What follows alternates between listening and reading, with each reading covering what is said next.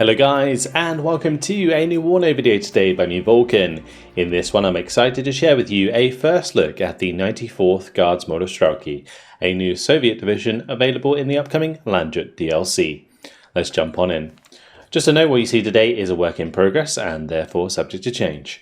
We're going to go through all of the units and I'll put together a quick deck. So starting here with the MTLB Classic Armoured Supply with 600 supply per unit, 25 points, 10 on a card, and there's 2 cards available. Then we have the PTS2, which is an amphibious supply vehicle, 60 points, you get 2,000 supply, 3 on a card. Reasonably fast for how big it looks off-road and on-road at 75 km per hour on-road. Yeah, not too bad for your sort of mid to backline supply. Then we have the Potok 2, which is a sort of unarmed BMP. It's only 40 points, you get 2 on a card. It's not terribly fast for a command, 55 km per hour off-road, 75 km per hour on-road, but it is armoured. So for 40 points, this would be a nice choice for 1v1 when you want to get those cheap commands in, but for team games, probably not. You're more likely going to rely on the BMP 1K3, which is armed, and it comes with that 3 armor. You get 3 on a card, which is nice. That's probably the biggest difference here. Like, if you get 3 Potoks, you'd probably just take the Potok. But since you can get 3 BMP 1K3s on a card, I like the availability there. We have the Euro available. Classic 1000 supply, 40 points, 6 on a card. There's actually 2 cards in this deck. So you've got some good options for ground-based supply. 60 km per hour off-road, 90 km per hour on-road. Then we got the BTR 60PBK, 100 points, 2 on a card. Unfortunately, again, availability letting them down, but it is your only option for like a fast ground command vehicle. So unless there's like an infantry squad with like a decent fast transport, that's probably what you want to use. Like I just showed you there, the Motostrelki, they do have like the UAZ, but it just depends if you want to actually bring the Motostrelki in that case, because they kind of suck. But either way, last thing on the menu is the FOB. Let's move on to the infantry tab. So PKM, 12 on a card, 15 points. You probably want to like double these up if you're going to use them. Otherwise they're going to be struggling to get DPS. 30 mil though. Grenade launcher, pretty good still. 2 cards available of these, 6 on a card for 40 points. Nice. Then we got the Commendatora, which is the military police. It's a 4-man squad with rifles, plus a UAZ, which has military police strength. Then there's the Motostrelki. So this is the Motostrelki leader. I mean, the Motostrelki leader is not too bad, in a sense that it does have an RPG-22 with 15 pen. 625 meter range, 50% accuracy. It's got that 20 round per minute rate of fire, and it's also got smoke. So the smoke is the thing that makes this useful. It's still going to get killed very easily by artillery, but otherwise, in terms of transports, UAZ, BTR, BMP-1 with the Fargo M, so not too bad. Then we got Motostrelki with the RPG-22. These can come in with the truck. The BMP-1P with the Fargo or the Conkers, and then the BMP-2. The BMP-2 is a nice choice. This RPG-22 is decent enough, so it's a pretty nice combination. Then you've got the Motostrelki BMP, which come with the RPG-7VL. So same setup, 6 rifles, 1 light machine gun, and then the AT. But this AT is 18 pen. 55% accuracy, so you got more penetration and a more accurate shot, but you're sacrificing your rate of fire. You're kind of relying a bit more on RNG there. Anyway, transport for these guys don't include the BMP-2, but still the 2 BMP-1Ps. And then finally we've got Motostrelki that come with the BTR-60 PB. So they're slightly bigger squad, so 1 man extra, again extra rifle, and in this case they're changing their RPG-7VL to the RPG-7VR, which has less range but more penetration. So yeah, an interesting sort of trade-off. I don't know if I like the RPG-7VR because of its limited range so much, but Can come in with the Gaz or the BTR. Then we got the Motostrelki with Metis as well. So they're switching that launcher for an ATGM with 17 penetration at 1,250 meter range with 60% accuracy. It's a nice launcher, pretty decent for taking out APCs and light vehicles. Also going to do a significant amount of damage into the side armor of a tank. Then we have the Saperi. So the Saperi leader, only 4 AKs and RPG 7VL. Shock trait, not a very nice leader. UAZ BTR as their transports. Saperi, you got an 8-man squad with 7 AKs and the PKM with the satchel charge. Again, I don't know why they don't just give like RPKs to the Saperi squads. It wouldn't make them that much stronger, but it would make so much more sense because then they'd be able to like actually fire it on the move while they're advancing with the satchel. Really bugs me. Anyway, Gaz BTR, and then Saperi RPO.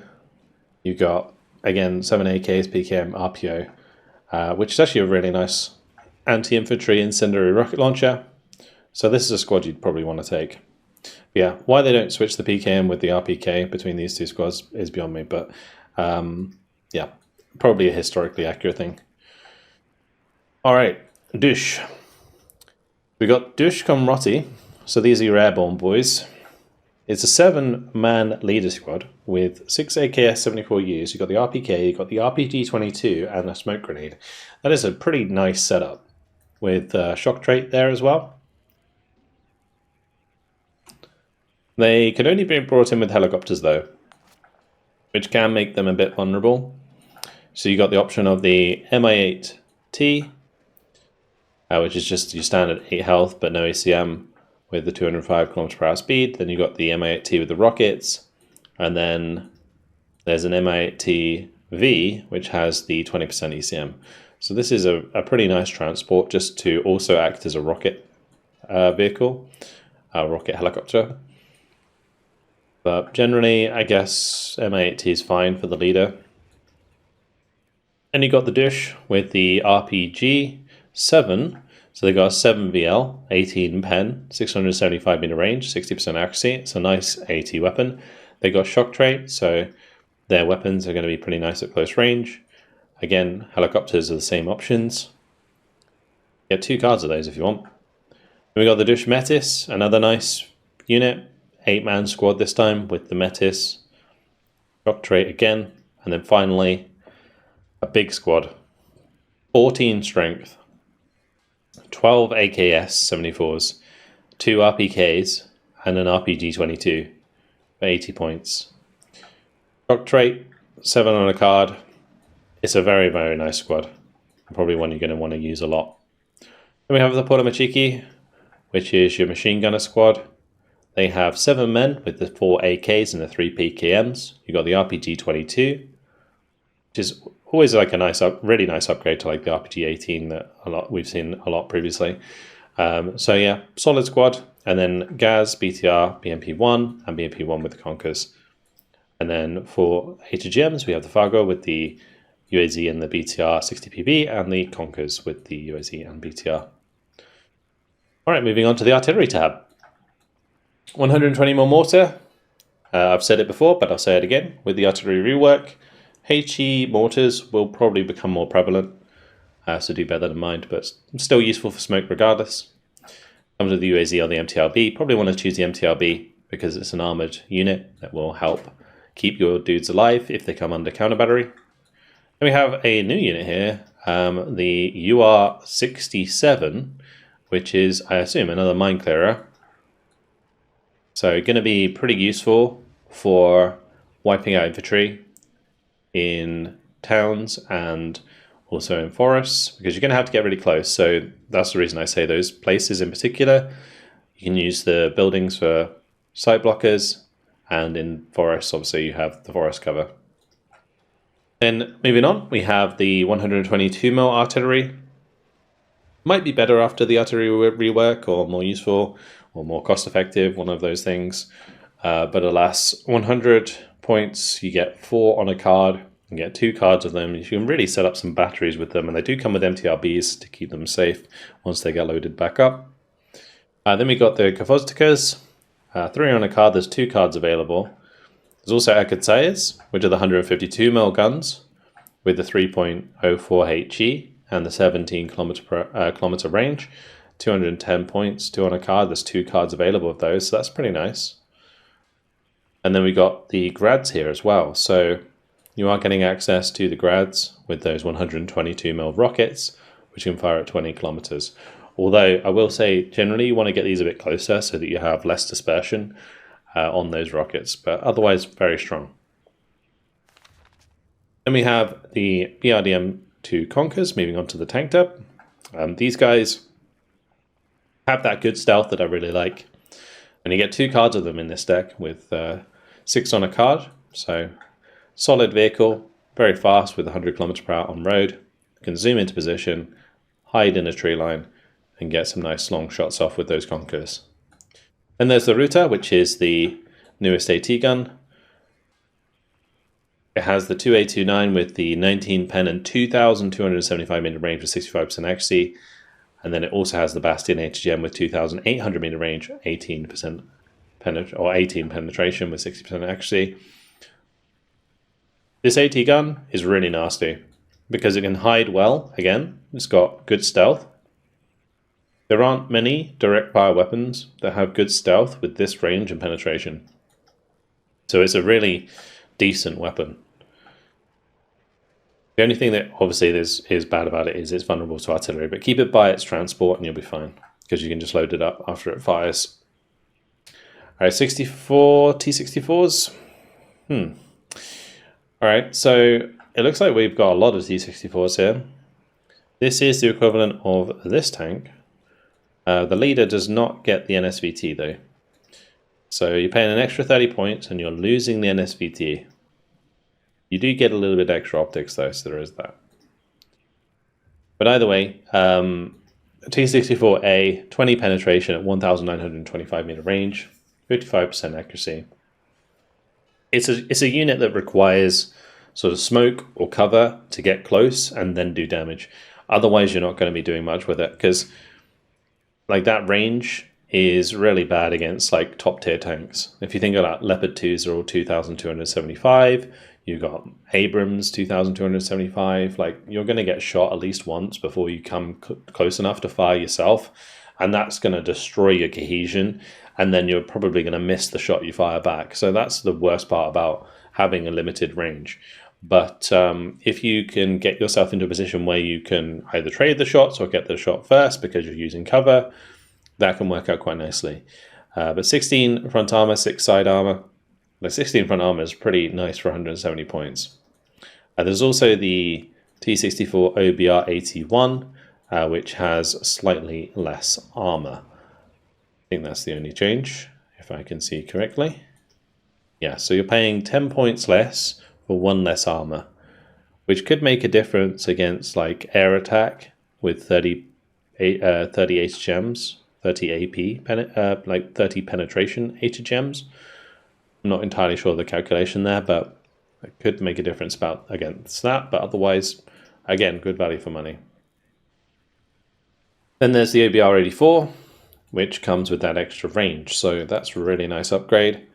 For 15 points, you're getting 2,100 meter range. You lose a little bit of penetration, but that's because of range scaling. So as you get to the same range of the T-64 OBR-33, you'll be at 20 penetration, maybe a little bit more. So yeah, solid tank.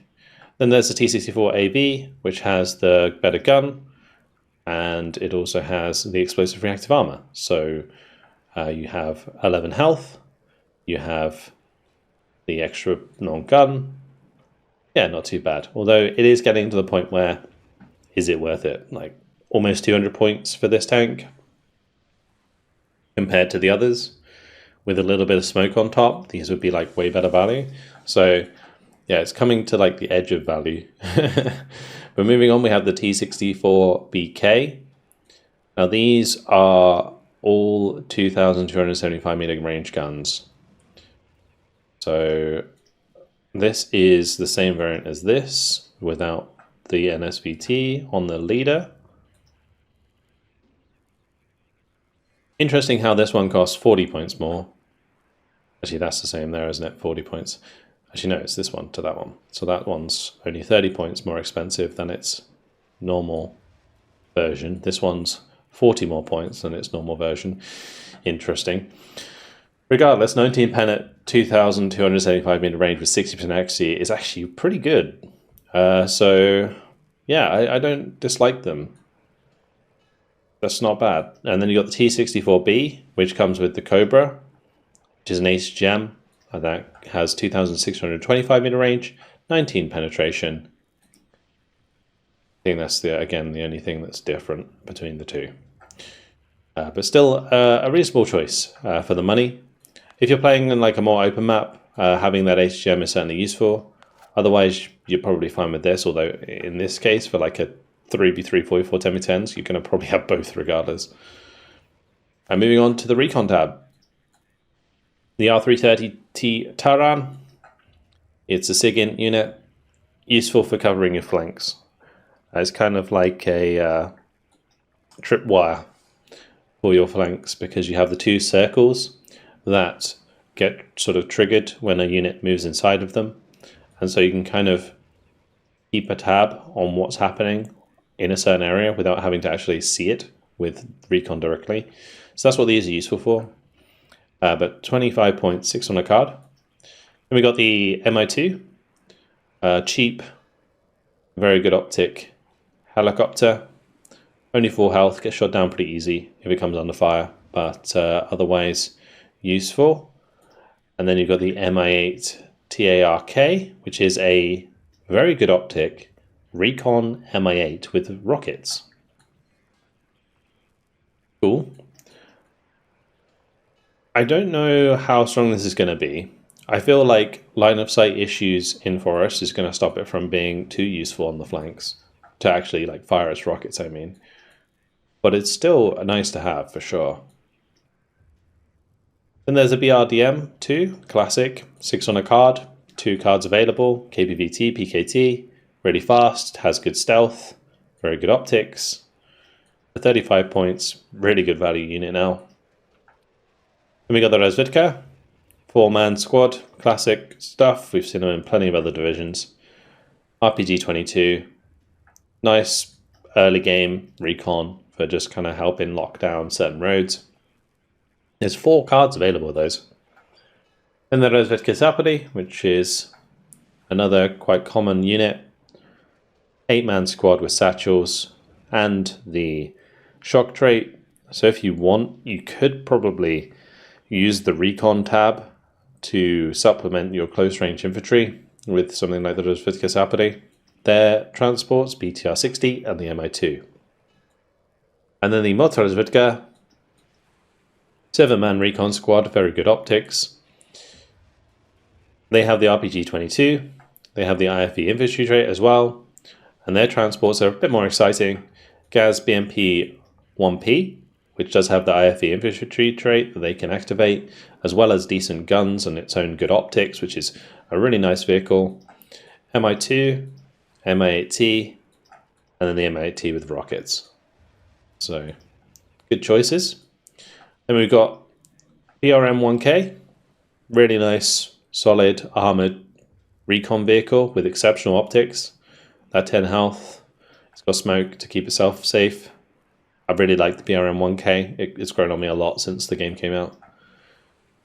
And then we have the TU-130, which is a rocket UAV.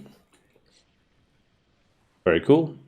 They're not as fast as they used to be. They kind of slowed them down because everyone was just using them to spot fobs on the back of the map. But yeah, interesting for sure. And then finally, I'm not sure what this stands for. Inge. The Ingenieurshi. Like Razvedka squad. So this is a GSR Razvedka squad with shock trait. It comes with an RPG with 14 pen, 675 meter range, 55% accuracy, which is not a very good RPG. And then you've got the satchel charge there as well. You can also bring them in with the IRM Zuk, which is a amphibious recon vehicle, has good optics, 25 points. with a machine gun on it. Interesting unit that you could probably use to hold the flanks. Look at those propellers on the back, that's really cool. It's like a freaking submarine. Well, there you go. WARNO. Moving on, we have the AA. So, Su-23-2, it's good. Really solid for just like whittling down infantry and helicopters. I'm not going to do too much against aircraft. You got the Igla, 4HE, 2,650 meter range, 50% accuracy. It will shoot down most helicopters in 2 shots, so that's good enough. Struggles a little bit more against aircraft. We've also got the Dush Igla. And the difference between those two is literally the transport. So one can be brought in with the UAZ, and then the other an MI8, which is I don't know, it feels a bit overkill just to carry 2 guys into battle. Alright, moving on, we've got the Barusa. Really solid, better than the Shilka. I think it has a little bit extra range.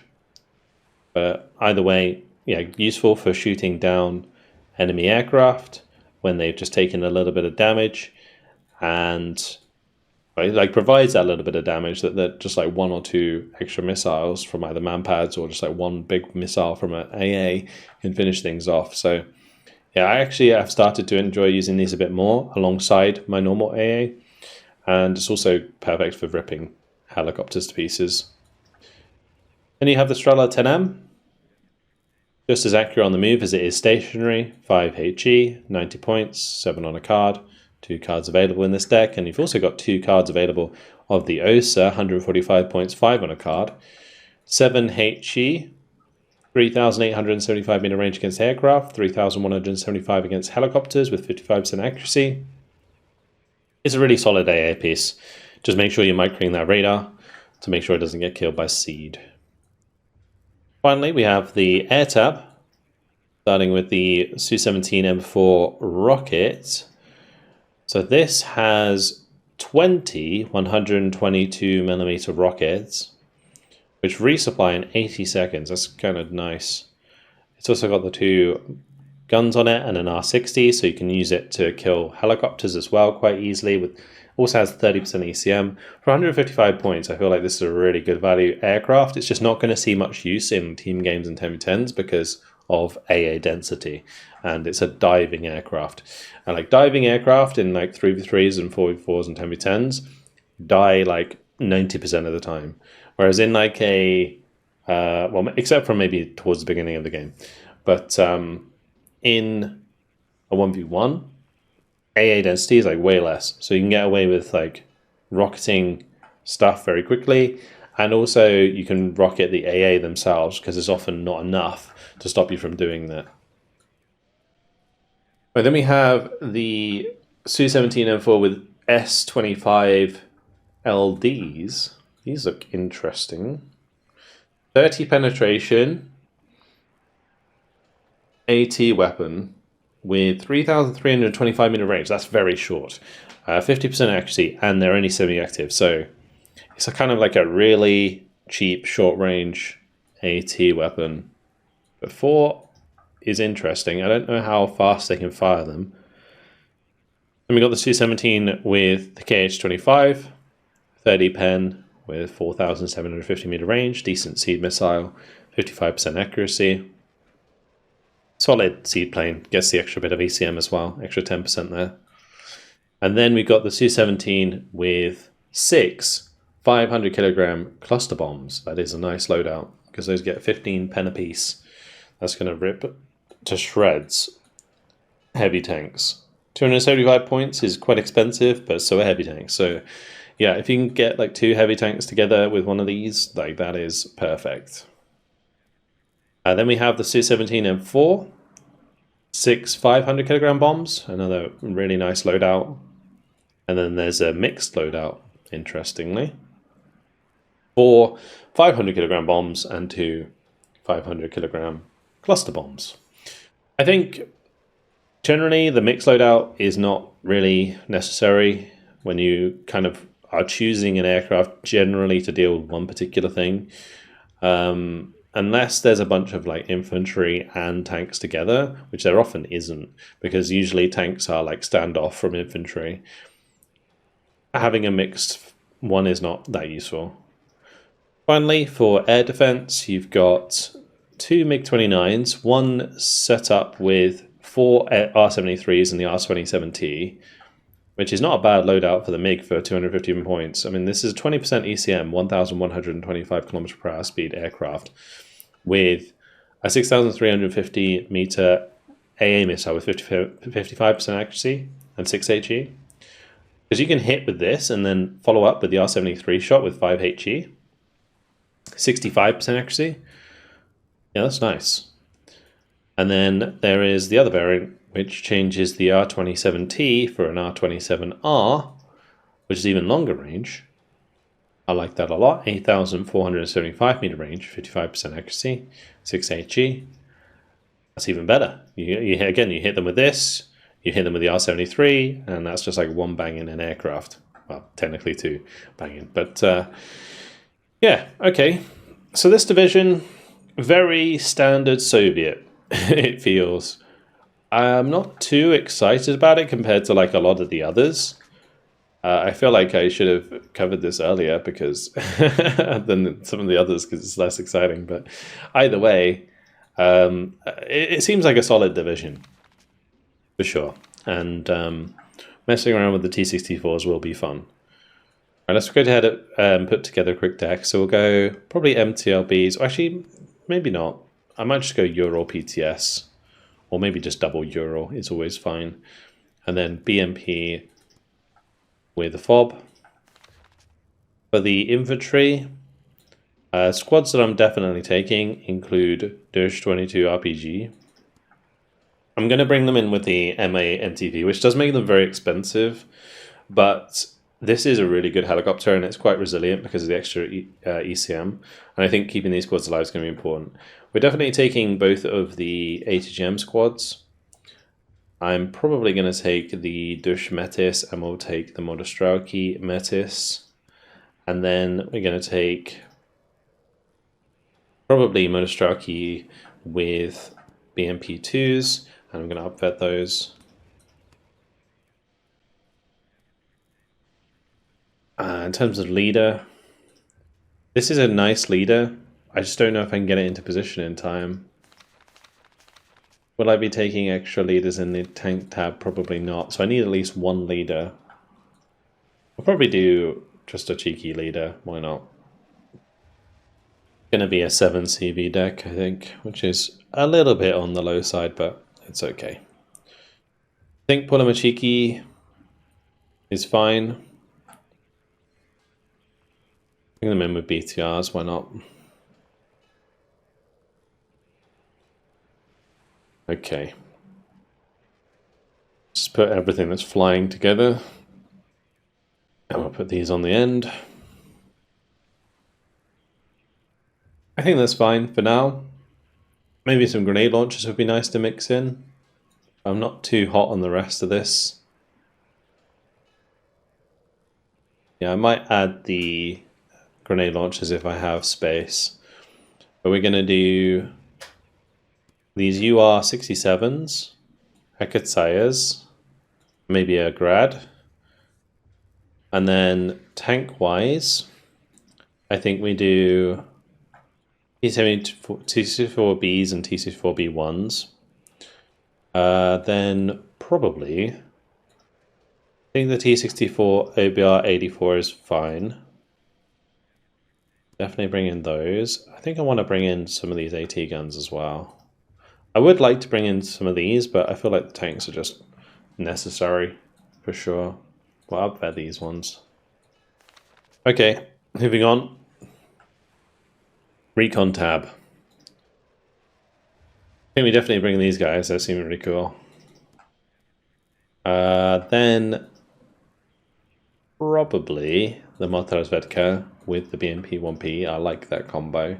I want a fast opener, so maybe Razvedka, BRDM. Not having the BRM though. I don't know. We'll pop the MIT in there. We'll come back to that as well. We might have extra left. We'll definitely take Osas, Strellas, Barusa, Dush. Sorry, not Dush, just the Igla squad there. And then we're going to run 2 of these longer range MiG-29s with cluster HE seed.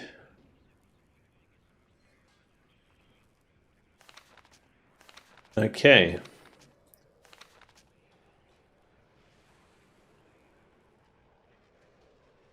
I think what I'm actually going to do, we're going to take out those Rozvedka and we're going to put in the BRM. Because I can use the BRDM at the start of the game. And then tank-wise, what else was I missing here? Oh yeah, potentially the grenade launcher, but I think we're okay without it. Okay, well that felt pretty simple to build. Kind of easy deck to get your hands on and do well with, I think. Yeah, not too bad. I think, like, power-wise, it's a pretty good division. It's just kind of lacking a bit of flavor that some of the other divisions have in the LANDJUT DLC. Because the LANDJUT DLC in general seems really cool. There's a lot of really cool divisions in the LANDJUT DLC, but this one is a little bit lacking in comparison to the others. Either way, it will be good fun to play, and I look forward to trying it out. I don't think there's going to be too much I have to adjust in this one compared to some of the other decks, but yeah, cool. Alright, hope you guys enjoyed it. Thank you very much for watching, and I will see you guys in the next video. Goodbye.